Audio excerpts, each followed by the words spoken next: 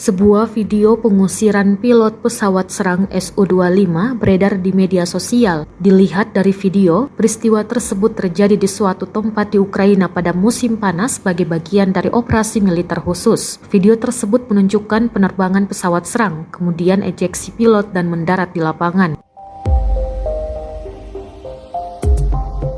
Video tersebut juga secara aktif dibahas tentang sumber daya Ukraina, di mana video tersebut dianggap sebagai pengusiran seorang pilot Rusia yang ditembak jatuh oleh pertahanan udara Ukraina. Dilaporkan bahwa pesawat serang Su-25SM Rusia dengan nomor 09 merah terkena rudal anti pesawat. Diduga roket tersebut mengenai bagian ekor pesawat. Setelah itu, hilang kembali dengan jatuh ke dalam pusaran. Pilot terlontar dari ketinggian sekitar 200 meter yang cukup berbahaya untuk keluar dari pesawat.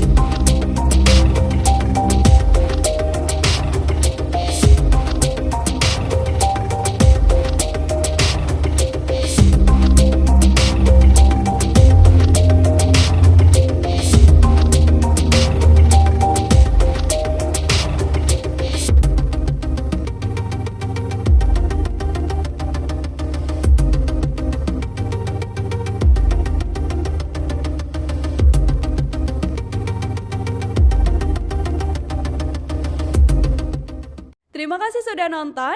Jangan lupa like, subscribe, dan share ya.